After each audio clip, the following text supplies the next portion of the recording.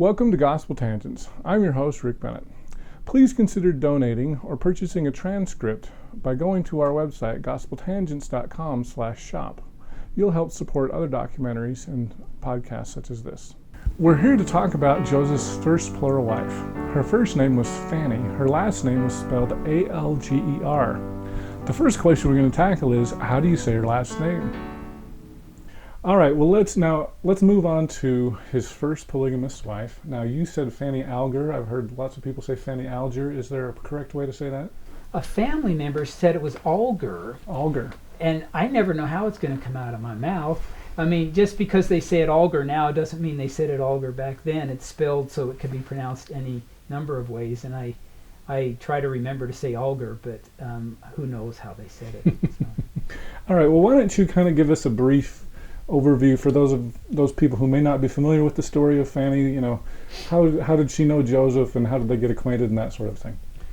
You've already talked to Mark Staker, and he's the one I'm dependent upon to try to identify when Fanny actually arrived in Kirtland, because some people want to pair Joseph and Fanny as early as 1831 and all.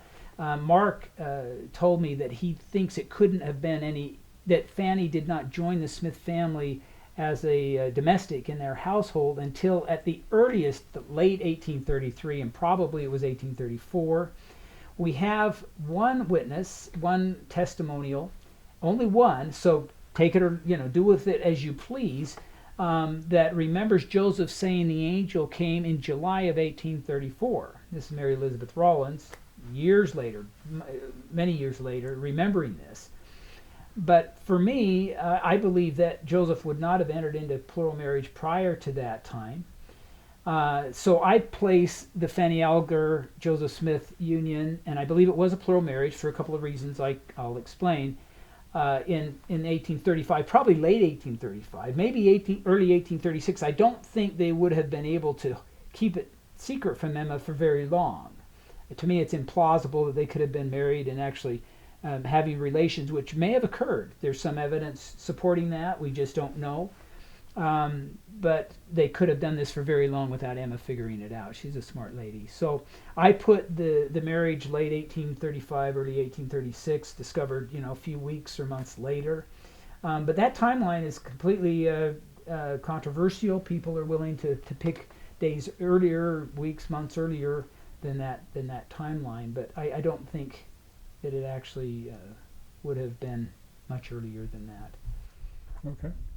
So then, what brought the relationship to light?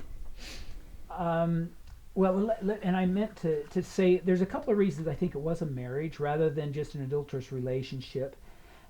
We have one account, a single attestation again, from a rather dubious source. Mosiah Hancock added a description on the end of his father's autobiography, where he describes how Levi Hancock was approached by Joseph, and Joseph said, "Levi, I want to marry Fanny, so can you be an intermediary in this?" And this was a pattern that was repeated in Nauvoo, not always, but it happened. And Levi approached Fanny. Fanny said yes, and so Levi performed the marriage. It wouldn't have been a sealing. It wouldn't have been an eternal marriage, but the authority that was used by Joseph to marry people for the church, but just for time in Kirtland, that authority certainly could have been used here, and that's my theory. Again, these are unanswerable questions, and critics are quick to rush in with other alternative interpretations, and it's just insoluble. So let me make sure I understand that. So because the marriage seems to have occurred before the vision in 1836 of Elias, Elijah, and the third person, Moses. Yeah. So you're telling me that the marriage to Fanny was probably for time only? There are some who believe it was after April 3rd. And the marriage occurred after April, after the vision. Yeah, and you actually can plug that in. It's plausible. Don Bradley's done some really good research, and he dates the discovery to I think it's May, June of 1836. So if the marriage occurred in, say, late April, May, June, and lasted just a few months before Emma found out, which is entirely plausible. I don't know that I embrace that, but that's Don. At least we know when it broke up. We can date that pretty well. Then it could have been a sealing, and the authority could have been sealing authority that Joseph would have given to Levi. An alternate interpretation, and this is a question that comes up a lot, Rick. It's a good question. Is if it wasn't a sealing, then what authority was used? The state wasn't going to allow Joseph to marry a second wife, so the only authority that it could have been would be priesthood authority, and Joseph was already using that authority to marry people just for time there in Kirtland. And so one interpretation is that Joseph gave that authority to Levi, and that this would have been strictly a priesthood marriage that Joseph would have argued God recognized, and so he recognized it, and Fanny and her family apparently recognized it, as did others who were involved, but not Oliver and not Emma. But the other reason that I think this was an actual marriage, the ceremony was performed, was that Eliza Snow moved in early 1836 to live with the Smiths and teach their children. In 1887, he was an independent historian, Andrew Jensen, showed up at Eliza's door and said, I'm trying to make a list of all of the wives of Joseph Smith. Well, he had been down to see Melissa Lott, and Melissa Lott had given him 13 names that he'd written down on this piece of paper. And at some point, instead of him writing down what Eliza was saying, he turned the paper over to her and gave her the pencil, and she wrote an additional 13 names. And among those names was Fanny Alger. And so my theory is that if this had been an adulterous relationship, and he also wrote a paper on Fanny where he quotes Eliza as saying she was well acquainted with Fanny, and that Fanny was the one that Emma made such a fuss about. So Eliza was there, and I think Eliza would have known the details of what was going on. She considered Fanny a wife. And so these two bits of evidence to me, I think, are convincing for me that this was in fact a marriage, probably not a sealing.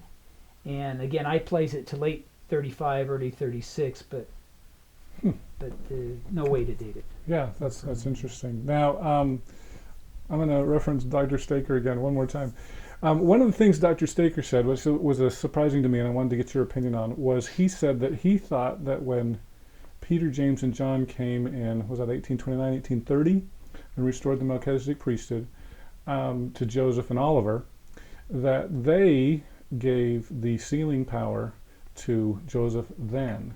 If you read the book of Matthew, it says, upon Peter, basically it sounds like he gave the sealing, I'm not quoting it right, but gave the sealing power to Peter, upon this rock I build my church, and whatever you seal on earth shall be sealed in heaven. So I guess there's a case that could be made when Joseph received the Melchizedek priesthood from Peter, James, and John. Do you think that sealing power might have come as early as 1830, or was it really 1836 with Elias, Elijah, and Moses? It's a super question, because Brigham Young later said that if you have the apostleship, you have all the authority. And the senior apostle, of course, holds the keys to exercising all of the authority, but every apostle has all the authority. There's no other authority that can be granted except that's given to an apostle. And we're told that Peter, James, and John ordained them as apostles, and with the same calling that Paul had received, and Paul was an apostle. So that's another supportive argument for this. But there seems to be, in the economy of heaven and authority, a need for certain keys to be restored to unlock certain authorities. And you could theorize that they had the authority, but they didn't have the keys. And now it gets really messy really quick, and I don't know of anybody who's really tried to sort through all this in a way that we could consider it an orthodox. That's actually what Mark says, that he had the authority, he didn't have the keys until 1836. Oh, well, if that's what Mark said, that's a really good thing. Then I'm feeling good, because Mark's looked into this a lot more than I have. Okay, very interesting. I hope you enjoyed our discussion with Dr. Brian Hales. In our next discussion, we'll continue to talk about Fanny and the plural marriage that she had with Joseph. Was this adultery, or was it an actual marriage? Did more people believe Joseph's version of the events or Fanny's? What we understand is that more or less the people that Joseph Smith told about Fanny Alger as a plural wife, they didn't believe him. But most of the people that learned it from Fanny did believe, which is interesting. Fanny's family believed. The family that Fanny went to live with was Chauncey Webb and Eliza Jane Webb. They believed that this was an actual marriage. Click here to subscribe, click here for a transcript, and over here you'll see some other videos that we've done here on YouTube. We hope you'll use this as a valuable resource to learn more about Mormon history.